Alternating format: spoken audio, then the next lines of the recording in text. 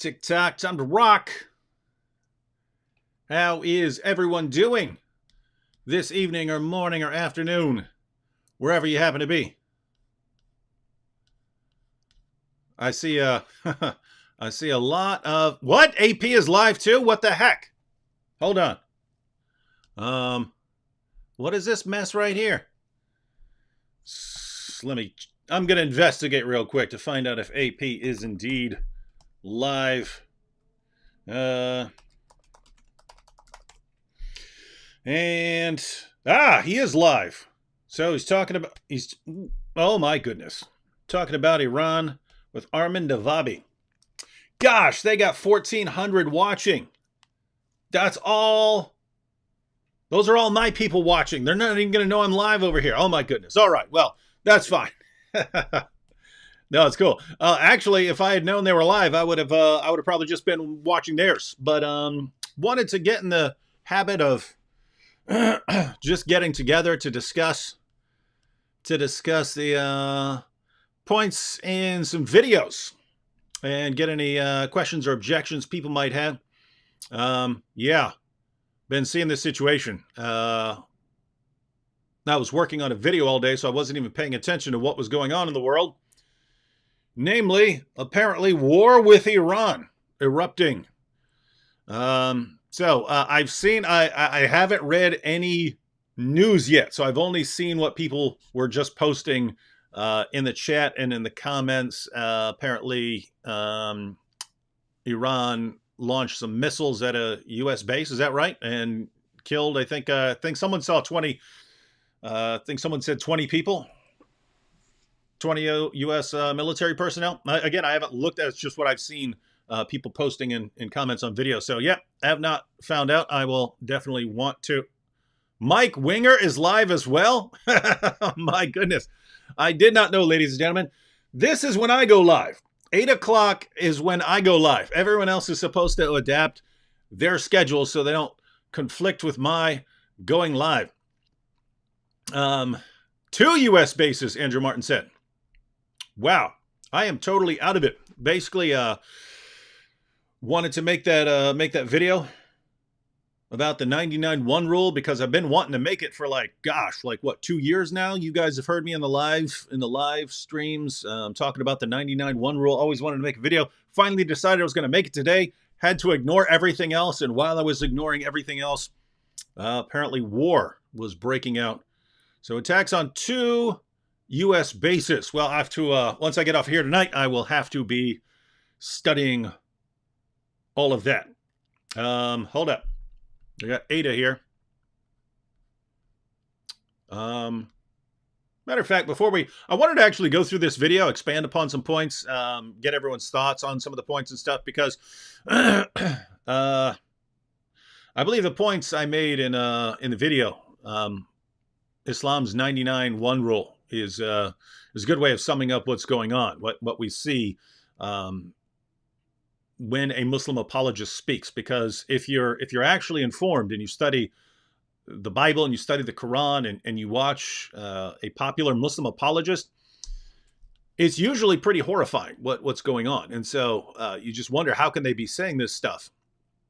And so I've been trying to figure out how Muslims let them get away with it, and so tried to put that all together. But let's go ahead and take a few questions here, a few comments here at the beginning, and then we'll go ahead and we're just gonna probably play some clips from the video and see what happens.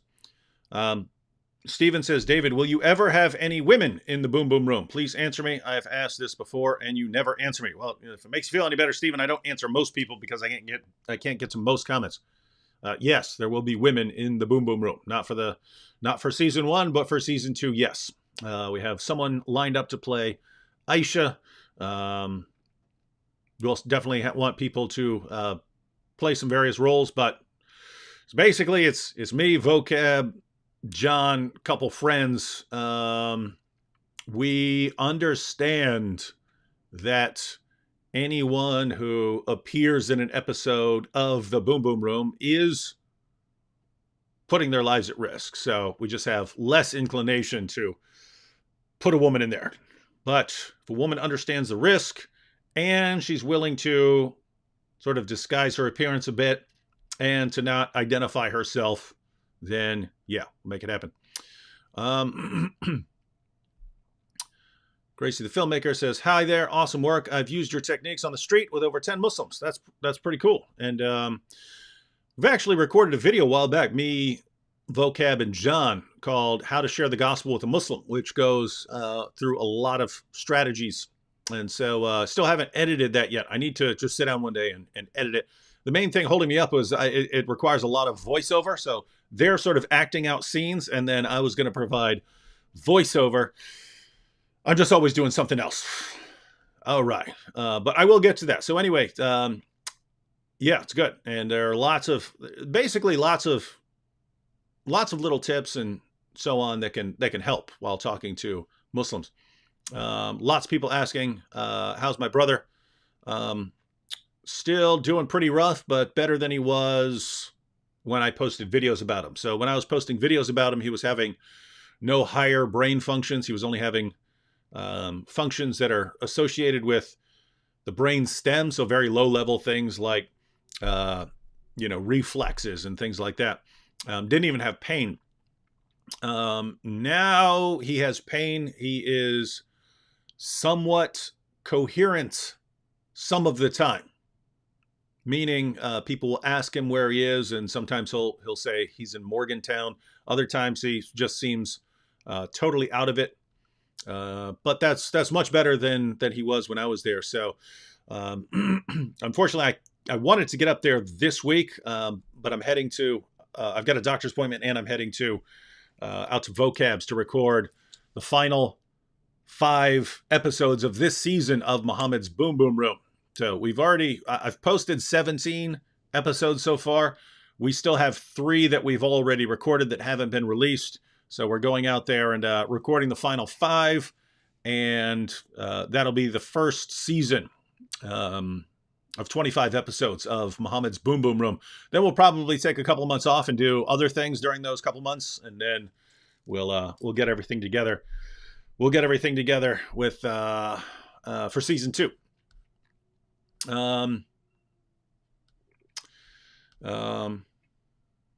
So yeah. But after I get back from Vocabs, I will definitely, unless there's, some horrible thing happens, I'll get up to see my brother, see how he's doing. Hopefully he improves even more by next week. Let me go ahead and grab a couple more comments. Actually, the truth will set you free. Said, David, merge with AP, please. As far as I can tell, AP's already got Armin Navabi on there, so I think they're good. By the way, does anyone know how long they've been going over there? Like, are they going to be wrapping up soon? Are they just going to keep going, taking all my viewers? Oh, MP Les says, what is the 99 rule? That is actually perfect, because we're going to look at it. All right, well, let's go ahead. I'll basically play a clip from the video on Islam's 99-1 rule. We'll watch, minute or 2 of it, take some more comments, see if there are any questions or objections. And yeah, that's how we'll roll. So let me get this comment off here. And we're going to go through some of this because I think this is important. This is something that's going on. It's something that, as I point out in the video, it's probably almost always the case that when there's a speaker and there's an audience, very few people in that audience are actually going to go and fact check it. But I'm not aware of any other ideology that takes advantage of that fact like Islam does, right? That an ideology that understands, hey, these people are not going to go look up what we're saying, therefore we can say whatever we want. That's weird, but Islam does it, and I'd say does it indisputably. All right, let's go ahead and watch a couple clips, see where this goes. Islam has a rule that's more foundational than the Shahada, more important than prayer, more essential than giving alms. I call it Islam's 99-1 rule. Muslim leaders have relied on the 99-1 rule for 14 centuries. It's how they keep people from leaving Islam. It's how they keep people from questioning Islam. It's how they win new converts to Islam.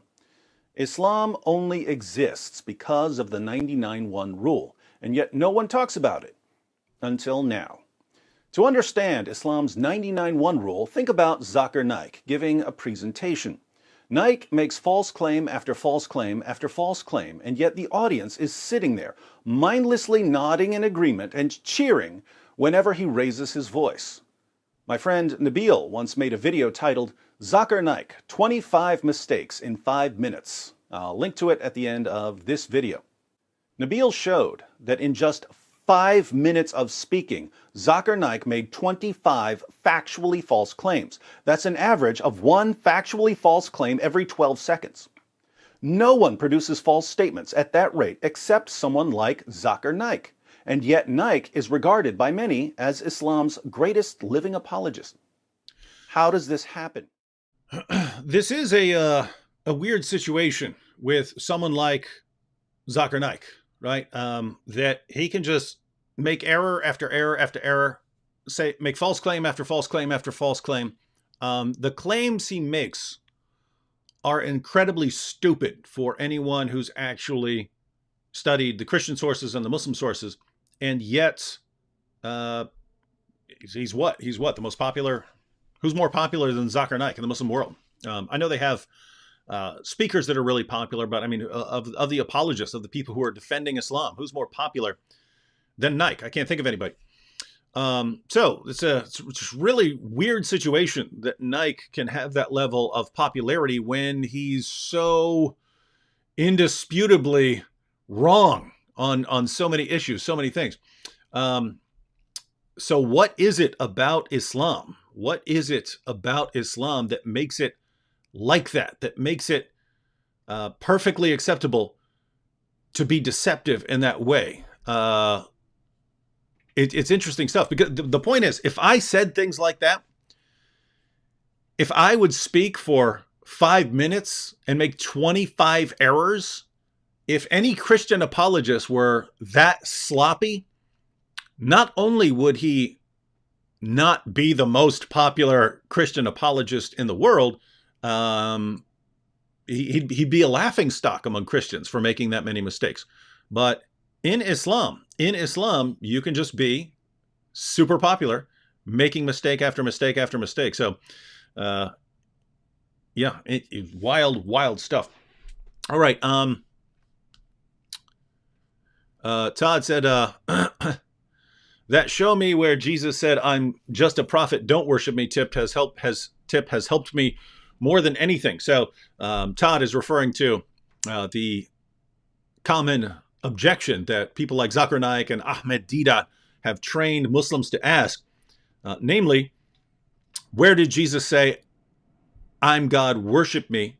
And they've been trained to ask for those particular words. So if you start giving a traditional defense of the deity of Christ, they'll say, no. I asked where he said, "I am God, worship me," in those words. And so they had that sort of exact words criterion. And so I simply pointed out, hey, if you want an exact words criterion, you can say, where did Jesus say, I'm only a prophet, don't worship me"? You can do many other things besides that. You could say, where did Jesus say, "I am the virgin-born son of Mary"? Bible or Quran. Where did he say, "I'm the virgin-born son of Mary"? You can show in the Bible and the Quran where Jesus is the virgin-born son of Mary. And here's what's interesting. Muslims will accept that, right? Muslims will accept someone else saying it without Jesus himself making the claim. But wait a minute. If that's okay, if it's okay for someone to say, someone else besides Jesus to say, "Oh, he's the virgin-born son of Mary," and that's enough, well, we've got all kinds of passages in the Bible that refer to Jesus as God. So opening verses of the Gospel of John, for instance. Apart from that, once you get past the exact words criterion and you've gotten a Muslim to admit, hey, there are all kinds of ways someone can claim to be God, start going through some of the claims Jesus makes, that you have to honor the Son in exactly the same way you honor the Father. That makes no sense unless Jesus shares the same nature and attributes with the Father. Jesus says that all things that the Father has are mine. What normal human being, what normal prophet can say that everything that God has is also his? Jesus claims to be the final judge when, according to both the Bible and the Quran, God is the final judge. According to both the Bible and the Quran, God is the one who raises the dead at the resurrection, but Jesus says he's the one who raises the dead at the resurrection. So Jesus claims the names of God. He claims to do the deeds that only God does. Claims basically this is not the sort of thing that a mere prophet should be claiming about himself. I had a comment here. Mark for Christ said, David, can you say hi to my mom? God saved her from an aneurysm, and dude, she finds you really amusing. I'm glad your mom finds me amusing, Mark. And hi, Mark's mom. How you doing? Lots of people over here. Lots of people over here in the chat.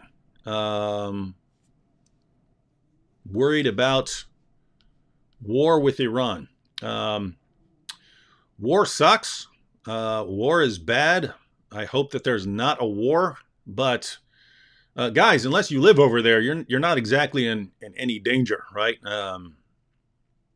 That's a good thing about being an American is when you have whatever it is, World War II, World War I, things usually tend to be elsewhere, and we're kind of separate from the rest of the world.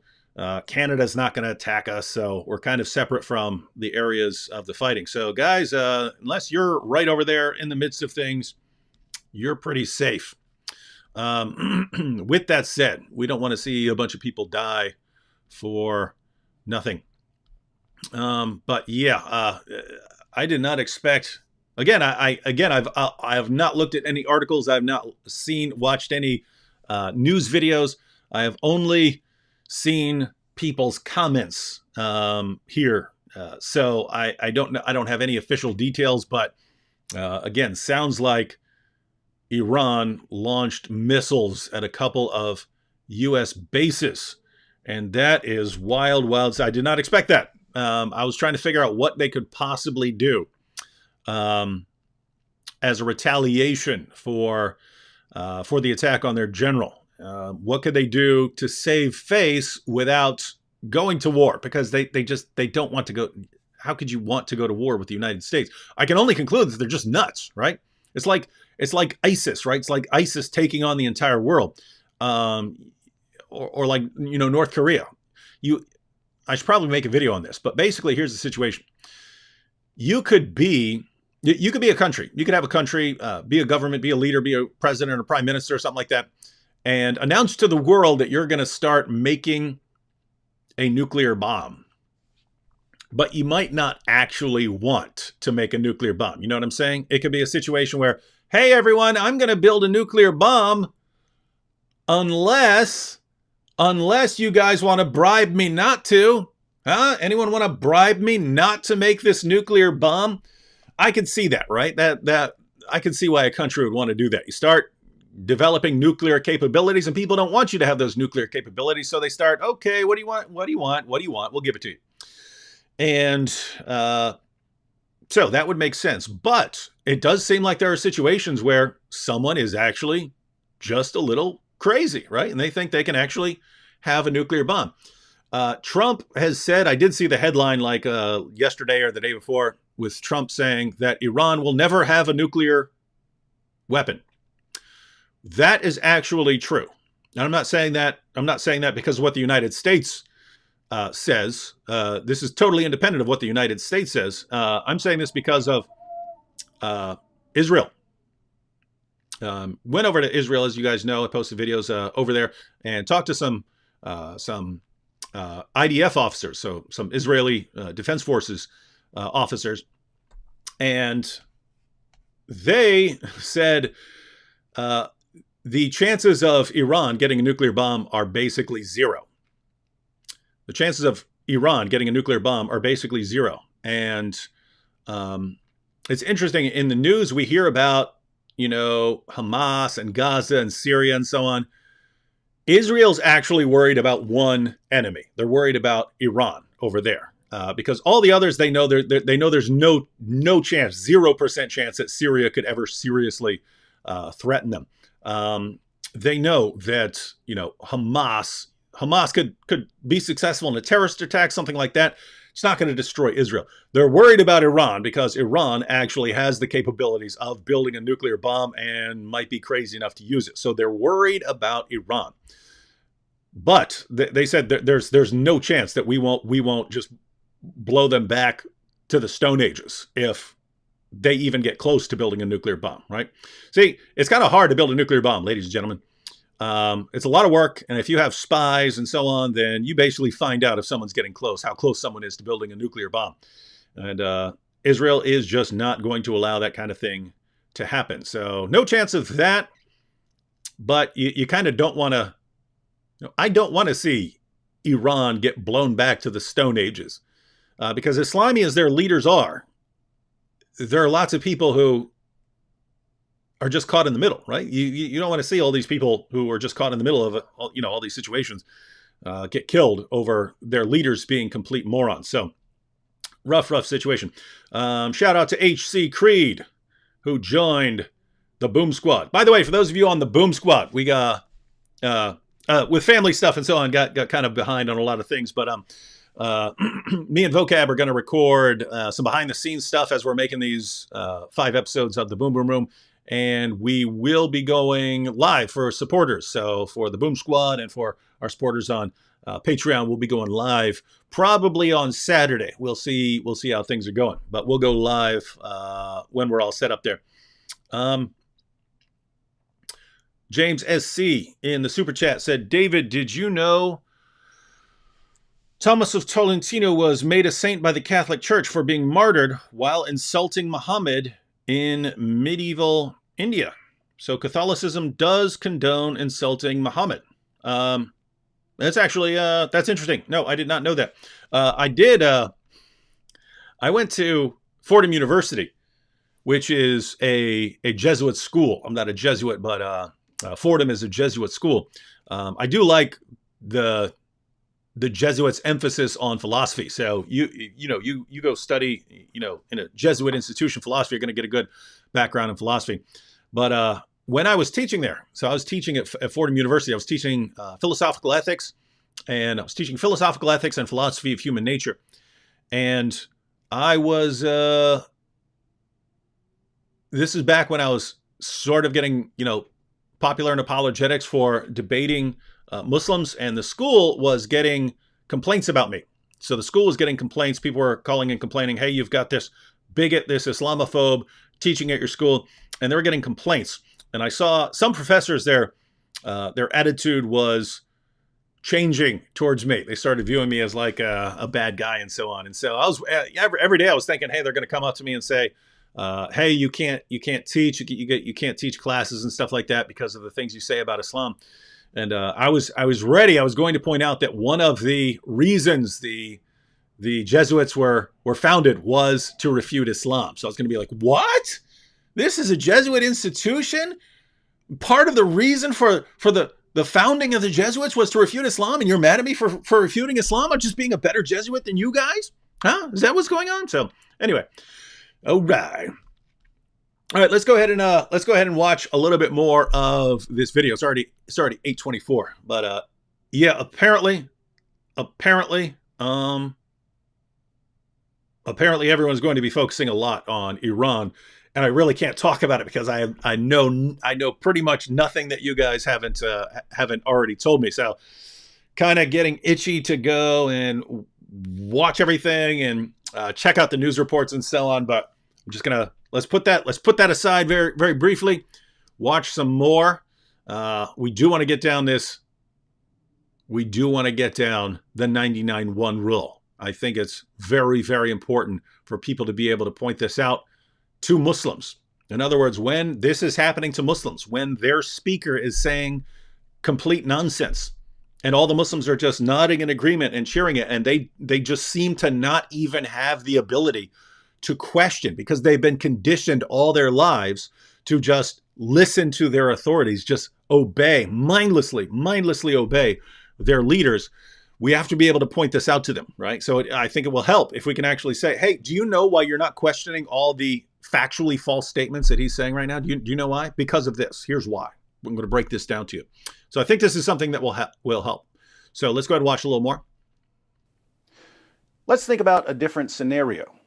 Zakir Naik stands in front of his Muslim audience and tells his Muslim listeners that when Jesus talked about the Comforter or Helper in John 14:16, he was really talking about Muhammad. Jesus said, "And I will ask the Father, and he will give you another helper to be with you forever."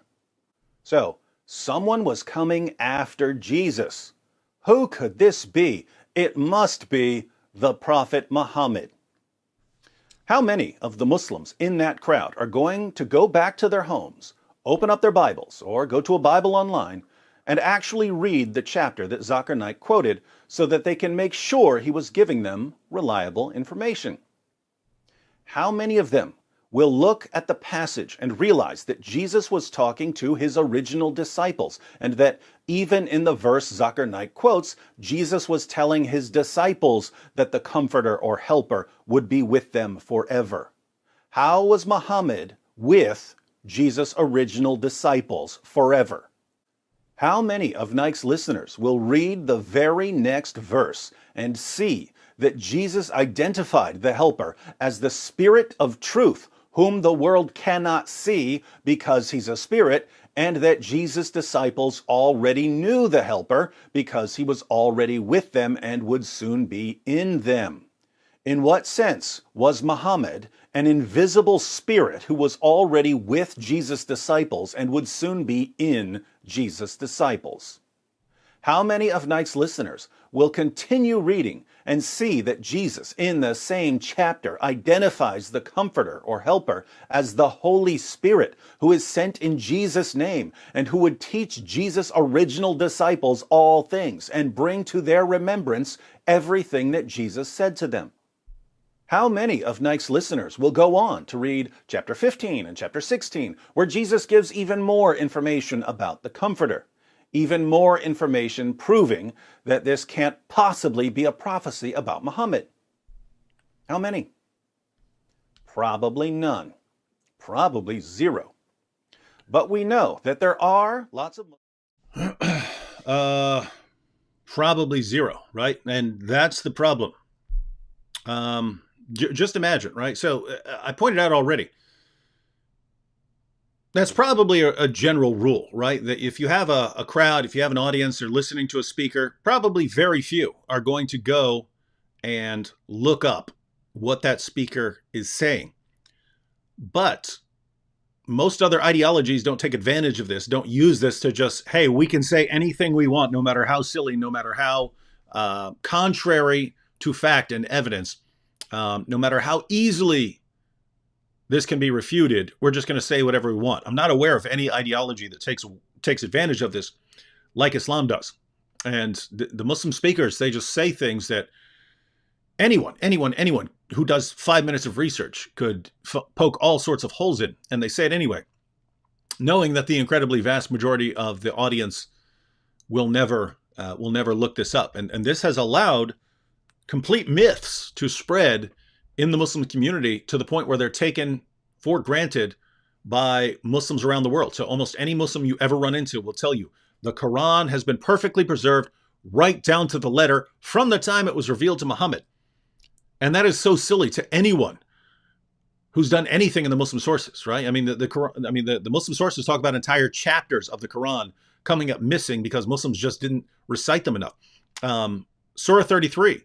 Over 2/3 of Surah 33, more than 100 verses, according to Aisha, is missing. They just couldn't find it. They couldn't find enough people who had it memorized. Too many people who had portions of the Quran memorized died in battle. So over 100 verses from one chapter of the Quran came up missing. There were verses that came up missing because Aisha had the only copy and her sheep ate them. Right. So you find that if you look through the Muslim sources. And again, this is not Christian sources, this is not Jewish sources. These are Muslim sources that report this. They don't have good reason to make up a bunch of stuff about entire chapters of the Quran coming up missing. So that's what you find in the sources. And then, but apart from that, you can just line up manuscripts of the Quran and find all kinds of differences. So what sense does it make to say perfect preservation right down to the letter? Well, 99-1 rule, right? Muslim speakers understand they can just say anything they want, and their people aren't going to question them.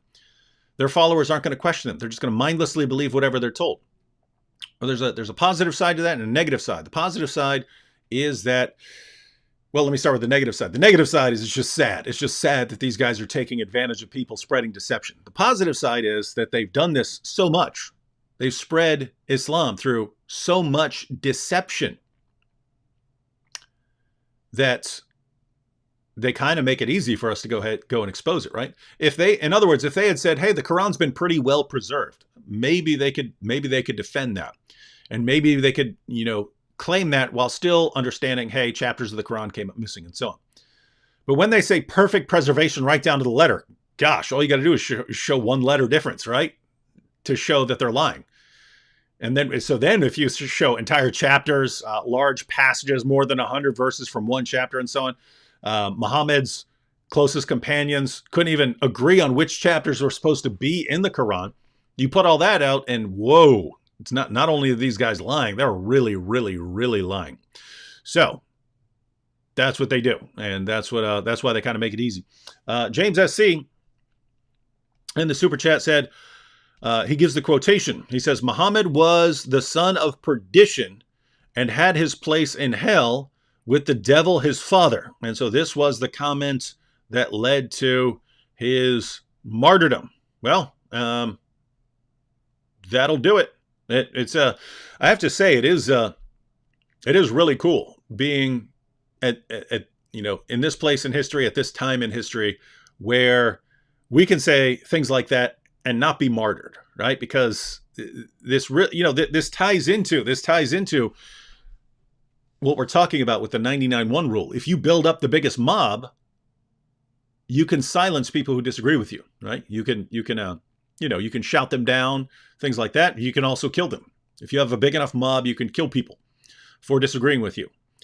Islam has relied on that for 14 centuries. All of a sudden we get to a time when they can't kill us for what we're saying. And so they lose that ability.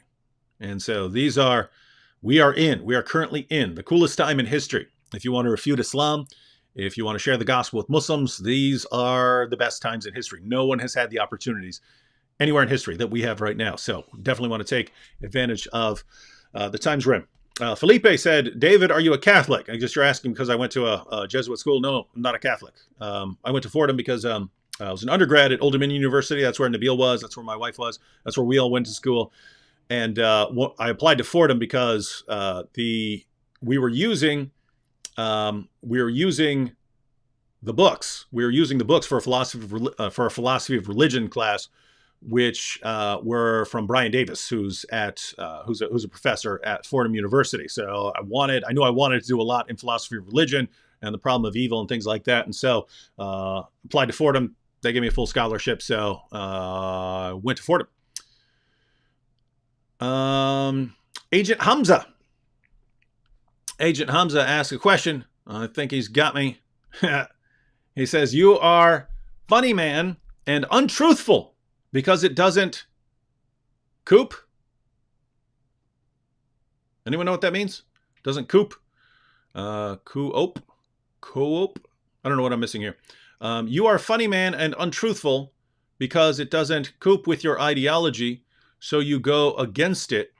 And why not speak about Hindus or Buddhism or Jews or any other religion? Why is that? Well, Hamza, we get this question a lot. Why are you talking about Islam?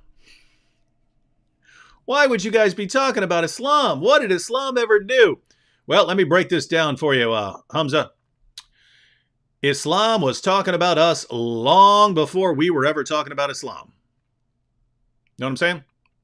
Islam was talking about us long before we were talking about Islam. Long before D. Wood ever said one word about Islam, Islam was talking about D. Wood, and Islam was talking about what Muslims could do to D. Wood's wife and kids if they ever take over. Islam, long before I ever said a word about Islam, Islam called me, my family, my church, they called us the worst of creatures. Surah 98, verse 6. Long before I ever said a word about Islam, Islam was calling for my violent subjugation. Islam was calling for my death. So Hamza, your position is we got to shut our mouths, right? We don't get to respond. Here's an ideology calling for our violent subjugation, calling us the worst of creatures, and we just keep our mouths shut? Not how it works, sport. Not how it works. You say things like that, we're going to reply. Now, as far as why I don't talk about Hindus or Buddhism or Jews or any other religion, well, a couple reasons. One, if I'm thinking in numbers, there are between 1.6 and 1.8 billion Muslims in the world. So I tend to go with where the numbers are at, right? Two, I tend to go with what's most dangerous because usually lots of people don't want to go after what's most dangerous. And so one of the things I recognized early on was that there just weren't a lot of people. There weren't a lot of people dealing with Islam. I mean, not the numbers you would expect. In other words, early on, there were Christians, and almost every Christian who was going into apologetics was dealing with atheism. Well, atheists they don't have anywhere near the numbers that Muslims have. So why was there all the emphasis on atheism and almost none on Islam? So I decided to go with Islam. And all you can do in response is whine about it. Oh, why are you criticizing my religion that calls you the worst of creatures and calls for us to violently subjugate you and says we can rape your wife? Why would you respond to it? Give it a break, dude. Give it a break. Still see a lot. Still see, oh, man. I'm looking at the comments where people sharing the updates on what's going on with Iran. All right, let's go ahead and get through some more clips of this video. Go through a few more clips and sort of sum that up. And then once we wrap things up, then we can all go get some studying done on Iran. So looks like, gosh, I did not think it was going to be war with Iran. Did not think that. All right, let's go ahead, get a little more of this video. So far, and by the way, I showed a clip. The last clip I showed was going through Zakir Naik's claim about John 14:16, where you've got the Comforter, and Zakir Naik will say, "You see, the Comforter. That's obviously talking about Muhammad." He's counting on the fact, he's depending on the fact that Muslims will not open up a Bible and look at that. He's counting on them just mindlessly accepting what he says, mindlessly accepting his word, never bothering to fact check anything he says. He's counting on them not to bother reading the next verse. Certainly not the whole chapter, right? That's the same chapter where Jesus calls himself the way and the truth and the life and says no one comes to the Father except through him. It's the same chapter where Jesus says that he's going away and then he'll be able to answer prayers, right? A prophet should not be claiming that he's going to go to a place where he can answer people's prayers, right? Not the sort of thing a mere prophet should be saying. And then you get to chapter 14, verse 16, talks about the Comforter. Zakir Naik completely massacres the context, ignores the next verse, ignores the rest of the chapter, ignores the next 3 chapters, and claims that this is about Muhammad. But I could have done that with anything. I could have done that with any of Zakir Naik's claims about the Bible.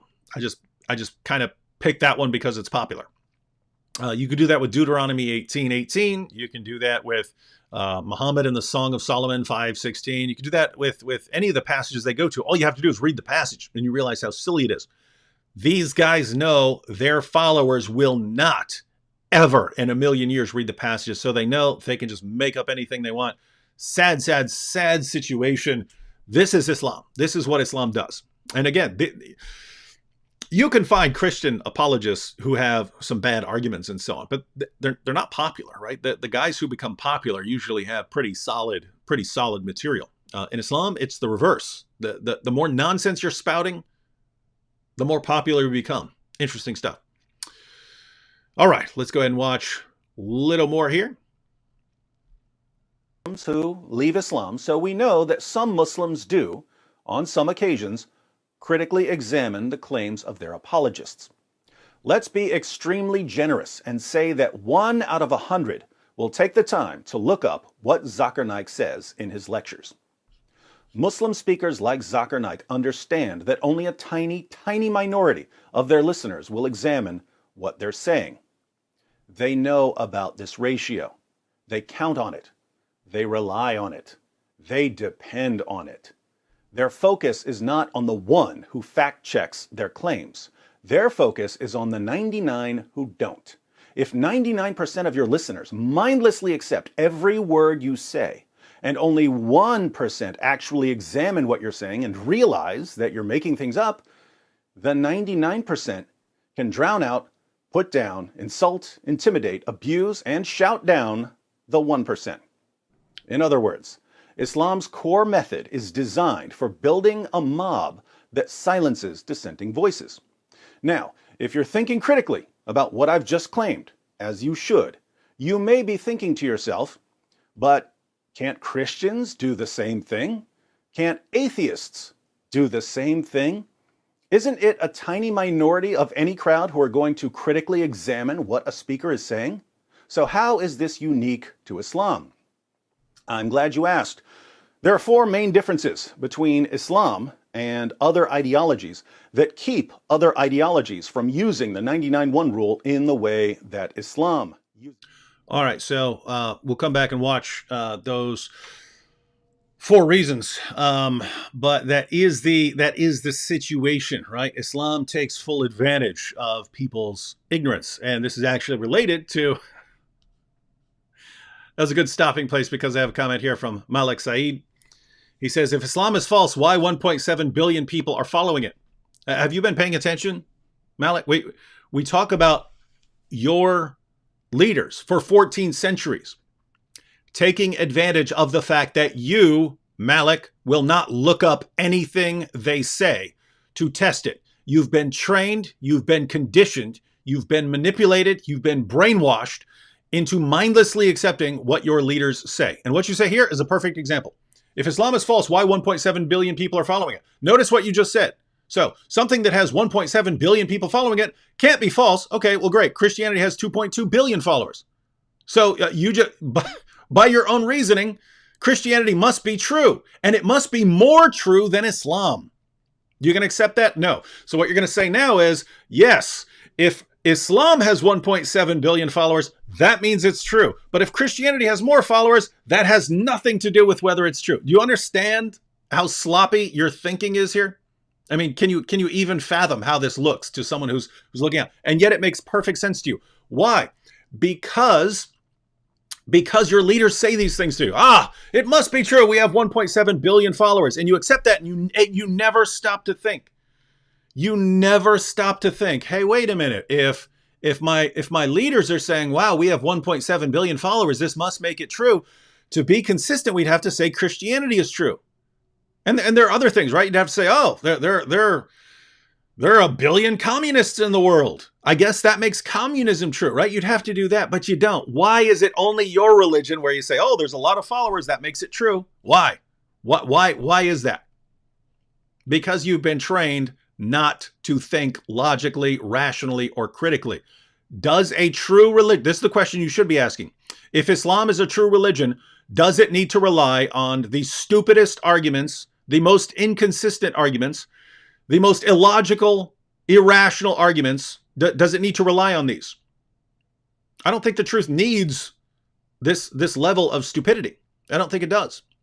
What's your other thing here? And why is it the fastest growing religion today? Actually, Malik, we know exactly why Islam is growing rapidly. Do you know why it is? You probably think it's due to conversions, right? Nope.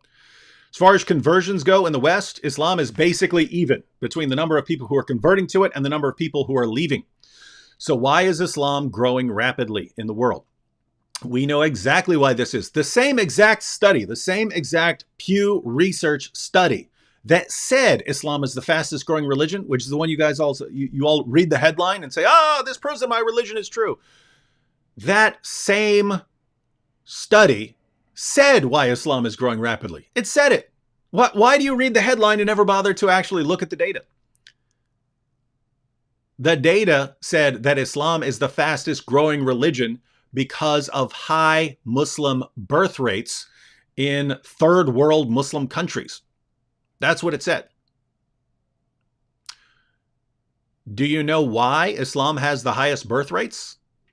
In other words, Malik, if you don't understand what I'm saying, it's basically if you have a Muslim woman and a Christian woman or a Jewish woman or a Hindu woman or whatever, the Muslim woman has more babies than everyone else on average. Not any particular, a particular Muslim woman might have no kids or she might have 50 kids, but on average, Muslims have significantly more kids than any other groups. That's why Islam is growing. Do you know why Muslim women have more kids? Do you know why Muslim families have more children? We know why it is. It's because in Muslim countries, women have far fewer opportunities than they do elsewhere. In other words, you take a place like Afghanistan. Girls want to go to school, and the Taliban shows up and throws acid in their faces or blows them up because they don't want them going to school. In a place like, let's say, America, a girl goes to school. She goes through 12 grades. Some of those girls then go off to college. Some of the girls start a career. Girls usually, you can get married a little earlier. You can get married in states at 16 and so on. But generally, girls are getting married 18, 19, 20. If they're starting careers, going to college will be later. So they're getting married 25, 26, 27. They start having kids. By the time they're 30 years old, they got one, maybe two kids, right? In a Muslim country, a girl's married off at 13, 14, 15, starts having kids immediately. By the time she's 30, she's got 8, 9, 10 kids. That's why Islam is growing fast. So the real reason Islam is growing rapidly is that it ensures that women have so few opportunities. There's nothing for them to do except be married off and start having babies. Other places in the world, there are all kinds of things for women to do apart from having babies, right? In Islam, that's all there is to do. And so they have far more babies and the population explodes. And you look at that and say, aha, you see, this is proof that Islam is true. So that's why the global population of Muslims is growing so rapidly. As far as why Islam is growing in the West, I pointed out that the number of people leaving Islam is basically canceling out the number of people who are converting to Islam. So it's not growing that way. Why is it growing in the West? Why is Islam growing in the West? Immigration. That's the main reason Islam is growing in the West. Why are so many Muslims from Muslim countries moving to the West? Because Islam does a horrible, horrible job at making countries that people want to live in. And so Muslims in Saudi Arabia, Muslims in Pakistan, Muslims in Afghanistan, Muslims in Iraq, give them the chance they want to get out of there and move to the West. Can you even imagine that? You're saying, oh, Islam is the greatest, it's the greatest at everything. Please get us out of these Muslim countries so we can move to Western countries that aren't founded on Islamic principles. You're telling us that Islam is true? So think about this. You hear from your leaders, because this is a perfect example of what we're talking about here. You hear from your leaders, Islam has 1.7 billion followers. It must be true. Stupid, stupid, stupid argument. You can't take it seriously. If you did, you would convert to Christianity because it has more. But you don't. So you don't take it seriously, but you're still here saying it. Then it's, why is it the fastest growing religion? Why is it the fastest growing religion? It must be true. Keep in mind, the title of fastest growing religion changes, right? It changes over the years. If Hinduism next year is the fastest growing religion, you say, oh, that makes Hinduism true. It's a stupid, stupid argument. You would never take this seriously if it were offered for any other argument. But you expect us to take it seriously for Islam. Why? You've been trained to be completely illogical in the way you approach these things. You've been trained. You've been conditioned. It's a sad, sad state of affairs. I'm telling you the truth. You're getting mad at me for telling you the truth. But your leaders who lie to you and they make you think in this completely illogical way, they're your heroes. You love them. This is what your religion does to you. And you don't see it. So notice, if you actually think about what you just said, why is it the fastest growing religion? So Islam is the fastest growing religion, so it must be true. But once we actually examine the reasons, one, that Islam is growing in terms of global numbers, and two, why it's growing rapidly in the West, you find out why it's growing rapidly in the world, because Islam has such a low view of women. You guys don't allow women to do next to anything except for get married off at a young age and start having babies. I haven't even mentioned, having 4 wives and things like that. So that's the reason that Islam is growing globally. And then why is Islam growing in the West? Because Muslims want to get out of Muslim countries as fast as they can and move to a Western country not founded on Islamic principles. So let me get this straight. The real evidence that you have for Islam being true is, one, Islam has a horribly, horribly, horribly low view of women and doesn't allow women to do anything except have babies. And two, Islam does such a horrible, horrible job of making countries that anyone would want to live in, everyone just wants to get out of them. Everyone just wants to get out of those countries as fast as possible. No one wants to move to the countries, and everyone wants to get out of the countries that Islam produces. And this is the proof of Islam, because that's why it's growing. That's your evidence? Have you ever thought critically about this for 1 second in your entire life? No, you haven't. Why am I talking to you? Because we hope better for you. We hope better for you. All right. Mr. Shroud, and then we'll go through those 4 reasons real quick. But Mr. Shroud says, "Hey, DW, I'm a correctional officer. I don't like you already. You were the enemy when I was locked up." I'm just kidding. There were cool correctional officers. They're usually Christians. "Hey, I'm a correctional officer in Florida and was wondering if you had any tips for witnessing to inmates as a CO. Sorry for interrupting." Yeah, Mr. Shroud, recently I did a video on plugging a book, Greg Koukl's Tactics. But it's very good in terms of not getting you in trouble, right? Because there are situations where it'll kind of depend on the situation and what things are like with the administration, but there is a potential of getting in trouble if you're going around, witnessing to inmates. But Greg Koukl's methods would actually work perfect in that situation, because you're getting people to see things that they might not see, problems they might not see in their ideology and so on, by asking them questions. So by asking them questions, no one's going to say, "Oh, you're in trouble now, officer, because you asked this guy a question about his religion." Most people are quite happy to answer questions about their religion and so on. But that could help. Also, helping the local Christians. I've got tracts on my website, act17.org. That's just basically where I keep some files that people might want. I have a lot more. I need to start uploading more, but I put tracts on there before that people can download and then print copies of the tracts. You don't have to walk around handing out tracts, but I have tracts that are geared specifically towards Muslims. You don't have to go around handing those out to Muslims. If you get those into the hands of Christians will do that for you.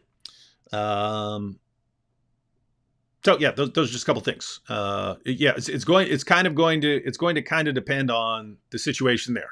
Sometimes in some places you would have quite a bit of freedom. You're allowed to go around talking to people, and the administration's not going to care, which I think should be the situation, right? I mean, if you're the administration and you want these inmates to reform their lives and so on, why would you have a problem with correctional officers going around preaching? By the way, notice the hypocrisy. I have to point out the hypocrisy. People complain about if students, if they're doing prayer in schools and stuff like that, you can't do that in schools because they're run by the government. Well, prisons are run by the government. You want inmates praying?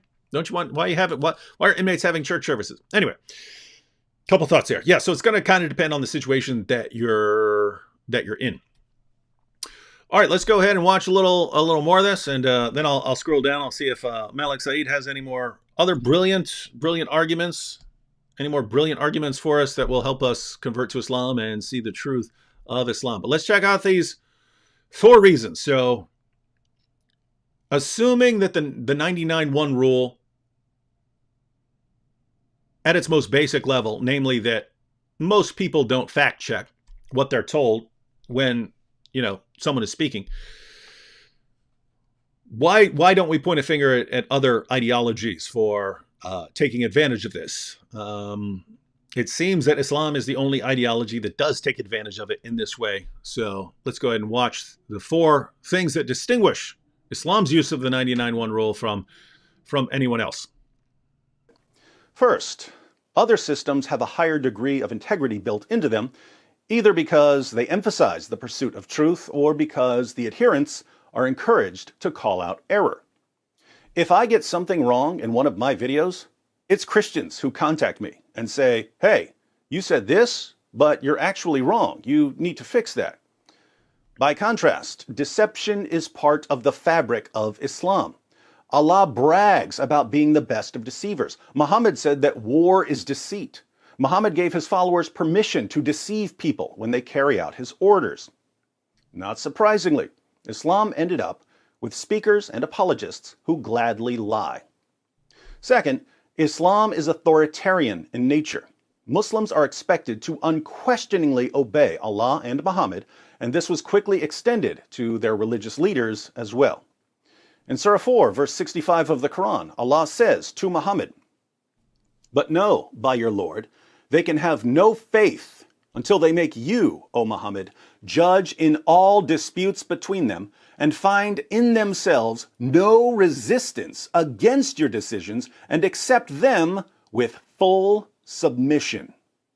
Notice, if you have the slightest resistance against anything Muhammad says, you have no real Islamic faith according to the Quran.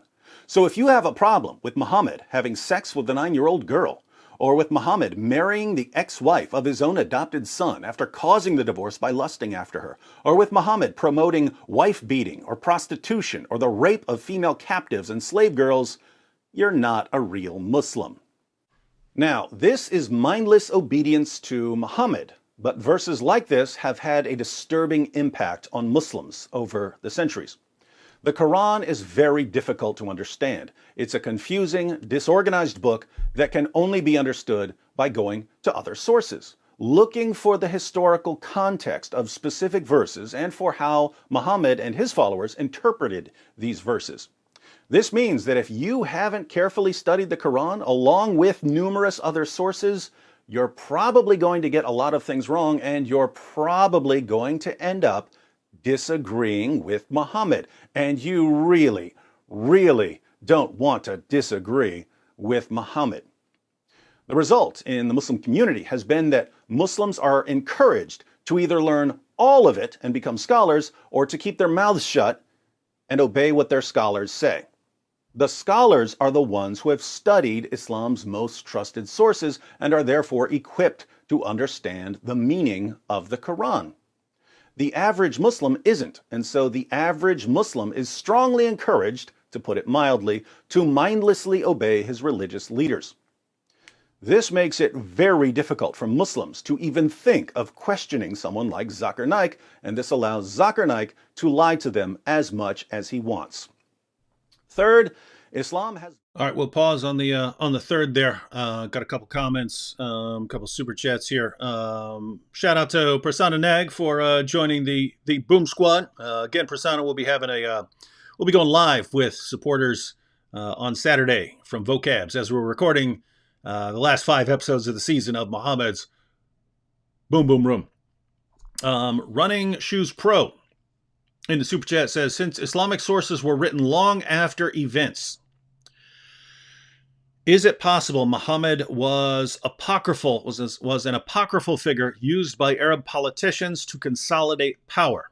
Hence why Islamicization is synonymous with Arabization. So the question here is, since the Muslim sources are late, in other words, the earliest detailed source we have is Ibn Ishaq's Sirat Rasulullah, which was written more than a century after the time of Muhammad. So that's pretty late, right? Muslims will complain about the Gospels. Guess what? Christians don't use any source that isn't written within the first century of Christianity, right? All the sources we use are within the first century of Christianity. We don't trust sources that are written 2 or 3 centuries after the events. We don't use them. In Islam, your sources start after the first century of Islam, right? You guys don't have any source within the first century of Islam, as far as biographical source, a source documenting the life of Muhammad. So that's an interesting situation, and because you don't have any early sources, and because of there are other things as well, right? So you have problems like Muhammad supposedly going around the Muslim world and challenging all the leaders and preparing for war with the Romans and the Persians and everyone. There's all this stuff going on. Guess what? We have records from all these groups surrounding the Middle East, and no one's ever heard of Muhammad. right? There's no records of all this stuff happening. So that certainly calls into question whether this is whether it happened according to the way it happened in the Muslim sources. But Kenny, Kenny was a different one. He said, "God bless you in Jesus Christ, David." But running Shoes Pro, I tend to hold to the basic time frame that Muslims adhere to. So Muhammad, born 570-ish, declares himself to be a prophet 610-ish, heads from Mecca to Medina 622-ish, dies 632-ish. I had a debate on this topic with Robert. Very, very, very difficult debate to have. So I was defending the claim that Muhammad actually existed and that, we have a basic timeline of his life. Robert was arguing that either Muhammad didn't exist, or if he did, we just can't really know anything about him. And so I was stuck in the awkward position of acknowledging, hey, we don't have any really early sources for Muhammad. But what I argued was that we have other historical principles that can allow us to perhaps establish some truth here. And so I relied almost completely on what's called by historians the principle of embarrassment, or the criterion of embarrassment, which is basically, if you're inventing something, you don't invent something that hurts your case or something that you would find embarrassing. You'd invent good things, right? And so by the way, that's the real reason that I take the Muslim sources somewhat seriously, is that they're including so much material. They're including so much material that I can't think of any reason for someone to ever invent. That I have to take their sources seriously, right? In other words, you got the satanic verses. I have 50 Muslim sources on the satanic verses. This is the event where Muhammad delivered revelations to his followers, and they were revelations from the devil. I can't think of if some later leader was inventing a prophet, just coming up with a story about a prophet that he wants everyone to submit to. I can't imagine him saying, hey, let's invent a story about him delivering revelations from the devil and being tricked by the devil. I can imagine him inventing a story about Muhammad thinking that he was demon possessed, which is what we find in our earliest Muslim source. Can't imagine him inventing a story about Muhammad being a victim of black magic and going around with delusional thoughts and false beliefs. Can't imagine any reason for a lot of these things. And so it's basically a situation of, we are missing a lot of sources that we would otherwise expect there to be. And so that is a problem. That's a problem. But on the whole, I would say, all right, there's just too much information here that people were preserving that I can't imagine people inventing for no good reason. And so that's by the way, that's the idea behind the principle of embarrassment. If you have really, really embarrassing material and there's no real good reason to invent it, then it's probably just because it happened, right? That's why you have that information there. That's why people recorded it. They recorded it because they knew what happened. So why would a bunch of Muslims who are making up stories about this new religion that they're starting, and they're fabricating a prophet that they want everyone to believe in, why would they invent stories about him delivering revelations from the devil and being tricked? I can't come up with a reason. And so my inclination is to say, I think it happened. I think the reason that this is in the Muslim sources is that it just happened. Animesh in the super chat says, thanks for unlocking people's heart, David. You're a key. That's pretty cool. Never heard that one before. You're a key. All right, let's we'll finish it. We'll finish up this video here in a second, because again, I do need to get to this Iran stuff. But the Holy Sword of Light said, why are so many people in prisons all around the world being converted to Islam? That is actually connected to what we're talking about right now. This is what we're talking about, right? We're talking about how Muslim leaders, Muslim speakers, Muslim apologists will say basically anything, knowing that people aren't going to look up what they're saying. And when they're in prison, when these guys go to prisons to preach, they have literally a captive audience, right? They have people who are realizing that they've taken a wrong direction in life. looking for some way to turn their lives around. And then a Muslim preacher shows up and says, hey, let me tell you about Islam. And he adapts the message of Islam to whatever this person wants. And it doesn't matter if it's true. He knows this guy is not going to look things up. He knows this guy probably doesn't even have the sources to look things up. So he can say whatever he wants. And so he tells this guy whatever this guy wants to hear to get him to convert to Islam. And it spreads like wildfire. That's what Islam does. Convinces people to convert for horrible, horrible, horrible, horrible reasons. All right, let's go ahead and watch a little more of this video. I think we got 2 more reasons here. Let's go ahead and see what these are. Violence built into it. The penalty for leaving Islam is death. The penalty for blasphemy is death. The penalty for hypocrisy is death.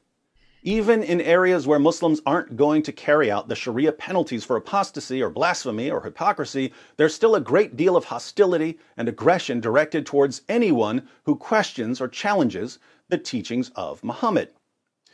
If you're the one Muslim out of 100 who's willing to question Zakir Naik, and you're in a room with the 99 who mindlessly accept everything he says, they're going to view you as a bad person, a rebellious person, an undercover apostate who's trying to lead others out of Islam.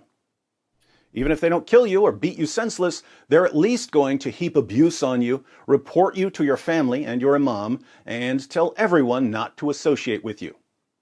This puts amazing pressure on Muslims to keep their doubts and their questions to themselves. Fourth, the 99-1 rule was part of Islam from the beginning. When Muhammad told his followers that there were prophecies about him in the Torah and the Gospel, how many of his followers were in a position to know whether the Torah and the Gospel contained prophecies about him? Very few of his followers were even literate, and even fewer would have had access to a copy of the Torah or the Gospel. Even fewer would have bothered to sit down and read the entire Torah and the entire Gospel to see whether they contained prophecies about Muhammad. Now, let's once again be generous and suppose that 1 out of 100 of Muhammad's followers went to the Torah, went to the Gospel, and realized that both of these books thoroughly contradict Muhammad and his teachings. This troublemaker stands up and says, Muhammad, I just read the Torah and the Gospel, and these books completely contradict what you're telling us. I can only conclude that you're a false prophet. How are the other 99 going to respond? They don't know what's in the Torah. They don't know what's in the Gospel. All they can do is believe what someone else claims about the Torah and the Gospel. Who are they going to believe? Muhammad, the prophet of Islam, who will have you executed for disagreeing with him, or some random guy who claims that Muhammad is lying? Easy decision, and the 99 quickly silence the one by executing him for apostasy. Throughout the All right, so we only have whatever it is, a minute and a half left on that video. We'll go ahead and watch that in a second, but I'm hoping you catch the point there, right? When Muhammad is going around giving arguments to his followers, I'm in the Torah, I'm mentioned in the Gospel. Who among these guys knows what's in the Torah and the Gospel? Who can confirm this?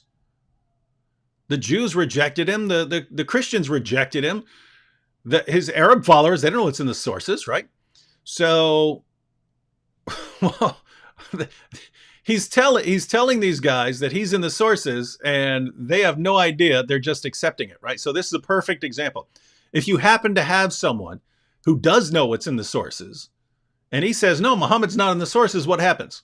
Well, all the people who don't know what's in the sources are going to kill him for contradicting Muhammad. So this is the system that Islam set up historically. Muhammad gave a bunch of arguments claiming that he's a prophet. Most people could not verify those. By the time you get to anyone who could verify those, it's completely unsafe to say he's wrong. That's how Islam spread. The truth does not need that. All right, look at this. Apostate prophet finally reared his head AP, that's messed up, man. I'm assuming you saw I was going live, and then you contacted Armin and said, hey, man, let's go live so that we're already live and everyone's watching us while David is going live. It's kind of messed up, man. No, it's funny. I didn't know you were live until I started going live, and then people were commenting and saying, hey, AP's already live. Because I was hoping that I was going to go live and that you'd message me and say, hey, you want me to jump on with you? I'd be like, sure, cool, let's jump on. And then you were already live. So, yeah, that was messed up. Don't be doing that again.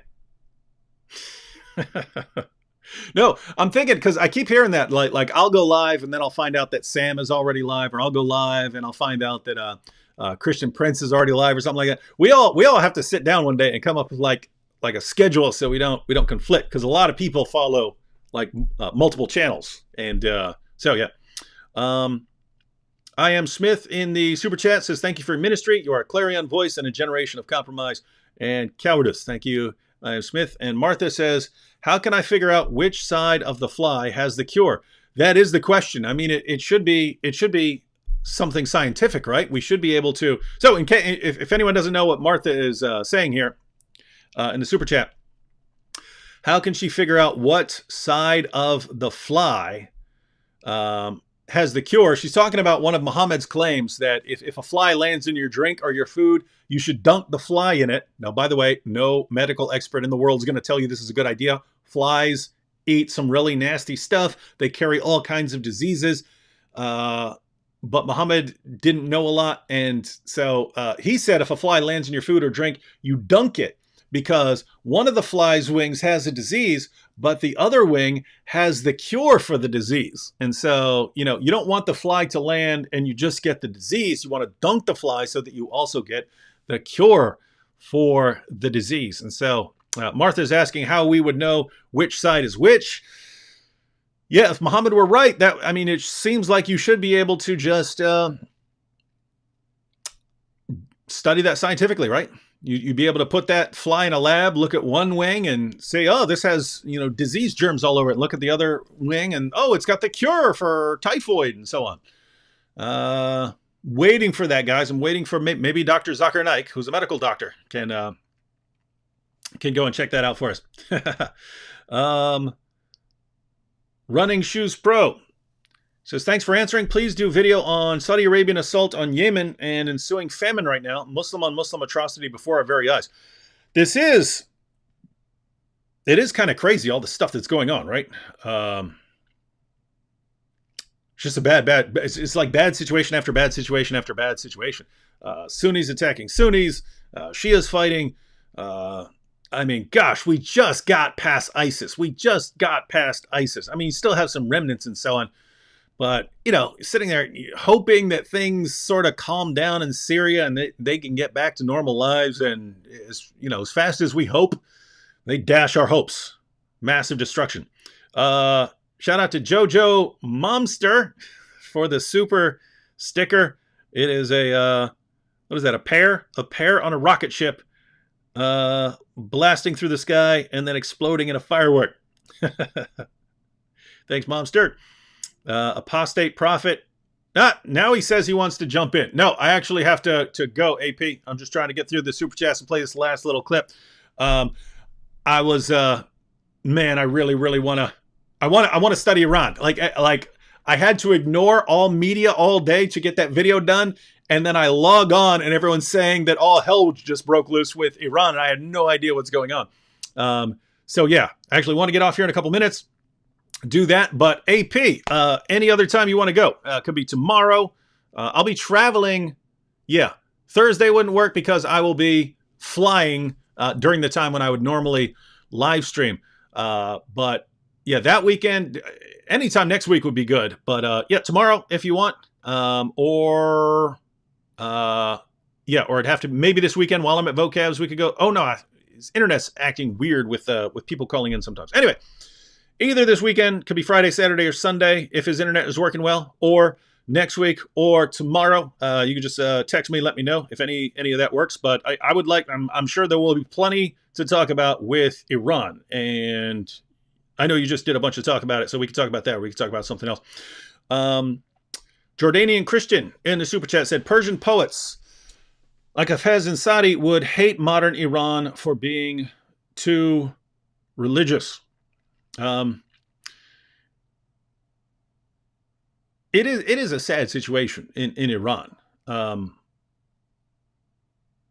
what happened there with the revolution, right? And I mean, what's even going on now, where protesters are just being killed, and people want freedom, and people just want to. I mean, I don't see. I really don't see why you can't say, "Hey guys, guess what? Uh, Islam is the truth, and we can't let you go too far. We can't let you run around, just killing people and stuff. But hey, most of what you do is up to you. Just here are the laws. That's basically how it is in the United States, right?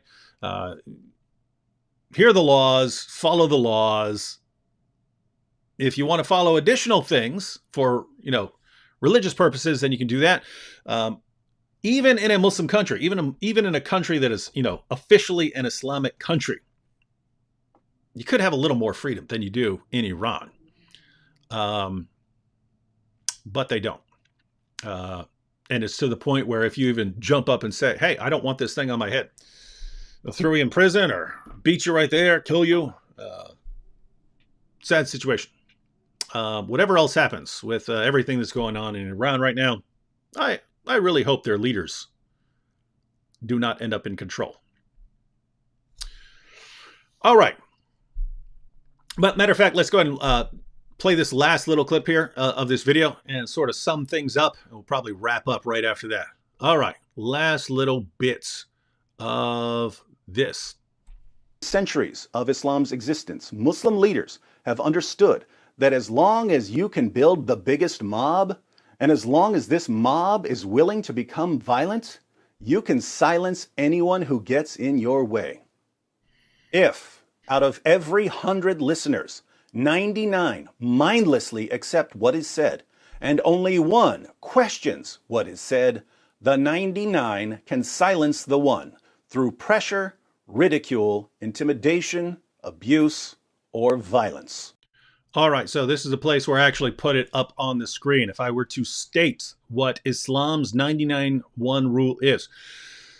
So you can use the 99-1 rule loosely and just say, out of 100 listeners, maybe one of them is going to be the sort of person who fact checks. But if we're talking about Islam's 99-1 rule, the way Islam uses the 99-1 rule, Islam uses it like this. If out of every 100 listeners, 99 mindlessly accept what is said, and only one questions what is said, the 99 can silence the one through pressure, ridicule, intimidation, abuse, or violence. And it's going to depend on the status of Muslim leaders in a society, right? If Muslim leaders control the society, they can, go straight for violence and, abuse, things like that. If it's fewer, if Muslims are in a minority of a population, then, Muslims will pressure or ridicule or maybe intimidate their fellow Muslims who start questioning things. All right, let's go ahead and play this last bit. That's been Islam's bread and butter since the year AD 610. So, how do those of us who are now aware of Islam's reliance on the 99-1 rule counteract its use by people like Zakir Naik? Well, we have to recognize the times we're in.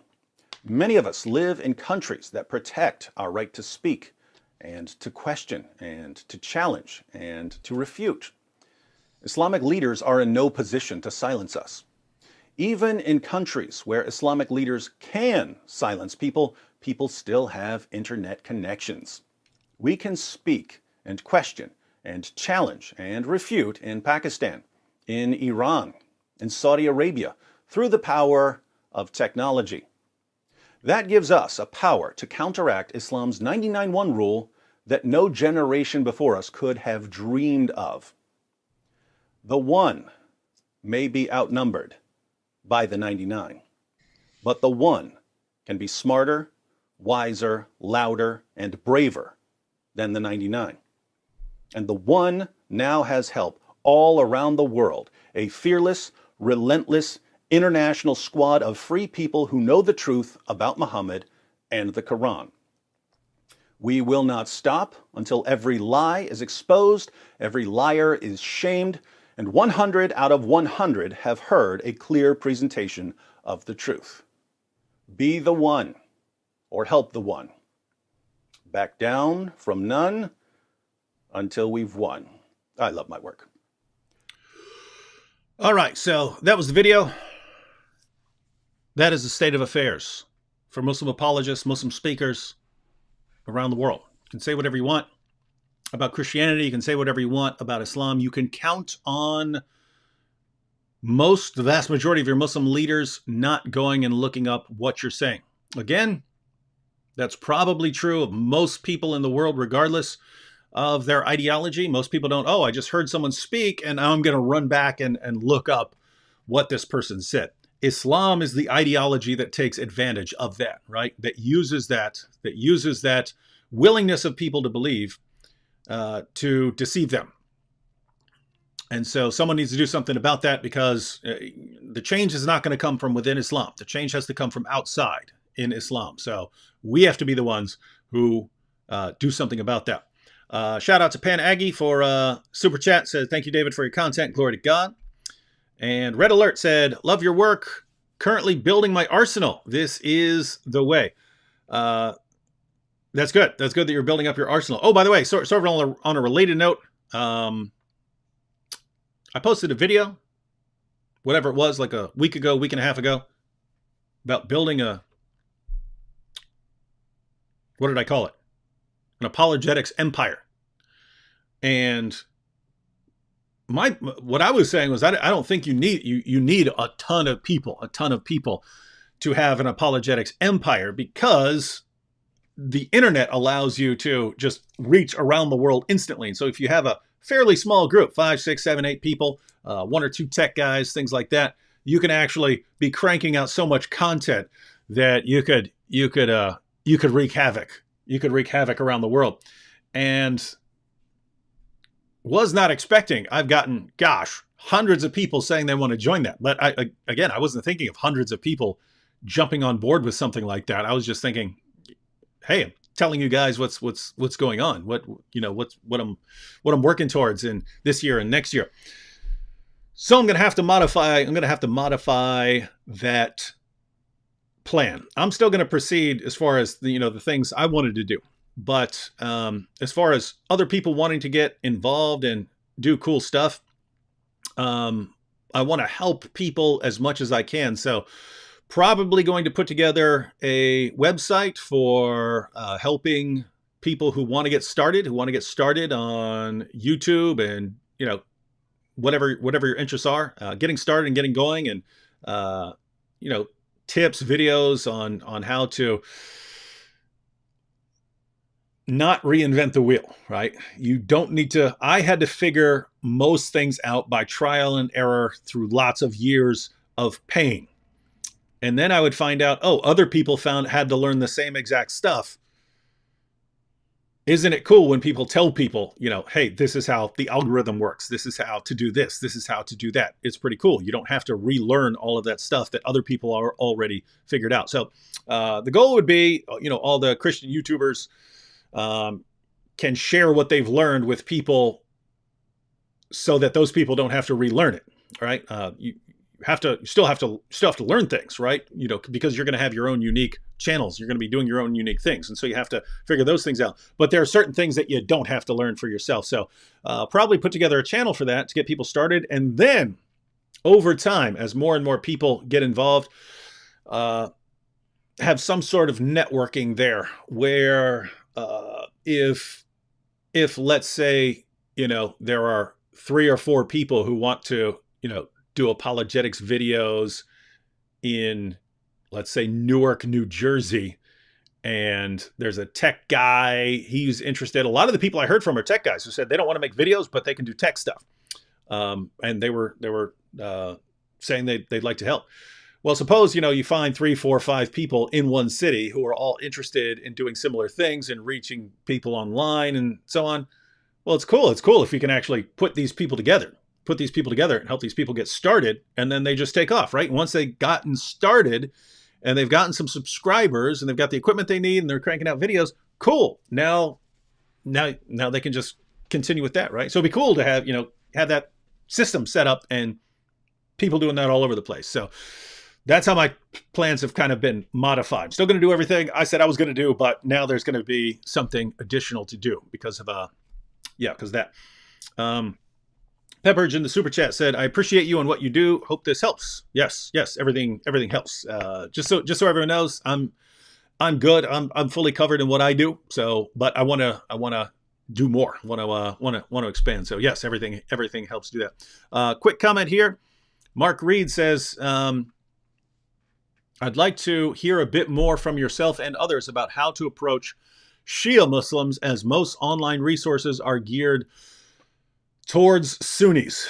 As far as, I mean, there are people who deal with Shia Islam that would be more help to you as far as speaking to Shia Muslims. Generally, I have the Shia sources. I have Al-Kafi and so on, but I'm not just nowhere near as familiar with it as I am with the Sunni sources, just because most of the Muslims I've interacted with over the years have been Sunni Muslims. So those are the materials I'm most familiar with. So if you wanted material that's unique to Shias and relies on those sources, you'd have to find someone who actually deals with that. Usually, just so you know, this is my approach. Usually, if I'm interacting with a Shia Muslim, I just go Quran stuff, right? So I just go Quran arguments because the Shia still believes in the Quran, right? That's still his main source. So there are situations where I will quote something from Al-Kafi or something like that. There are situations where I'll do that. There are situations where I'll quote one of their commentaries or something like that. But in general, I just stick with the Quran arguments, because there are all kinds of arguments that you can put together just from the Quran, right? Like the Islamic dilemma. You do that just from the Quran. The Quran affirms the inspiration and the preservation and the authority of the Jewish and Christian scriptures, but the Quran contradicts the Jewish and Christian scriptures. Therefore, the Quran self-destructs. If Christians have the word of God, Islam is false because Islam contradicts our book. If Christians don't have the word of God, Islam is false because the Quran affirms that we have the word of God. So either way, Islam turns out to be false. So there are situations like that. Whatever arguments they use, if they use scientific arguments, you still go to the Quran, whatever arguments they're using. And so, if you're talking to a Shia Muslim, I'd go that route. So what you don't want to do is think, oh, I'm not familiar with Shia Islam, therefore I don't want to interact with Shia Muslims.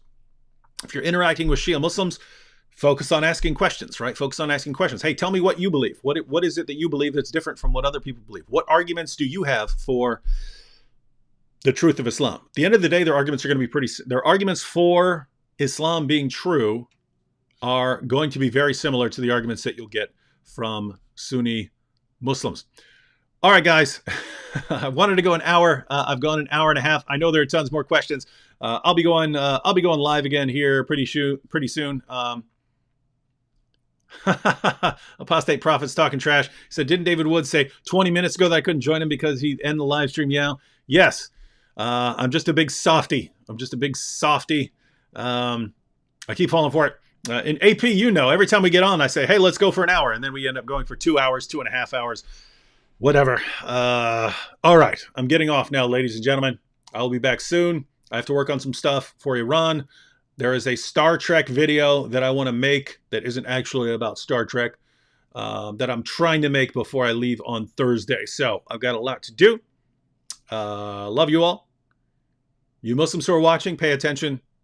Pay attention to the video. Go watch it again. Might take you several times to get the main points and to see how you've been manipulated, not to see the problems. All right. Snowfox is pointing out my video to someone. I have a video called, I think it's called The Quran, the Bible, and the Islamic Dilemma. If you actually want all you want the full argument on what I just said, the Islamic Dilemma. So go ahead and check that out. All right. Checking out now and gonna go study Iran. So talk to you guys soon.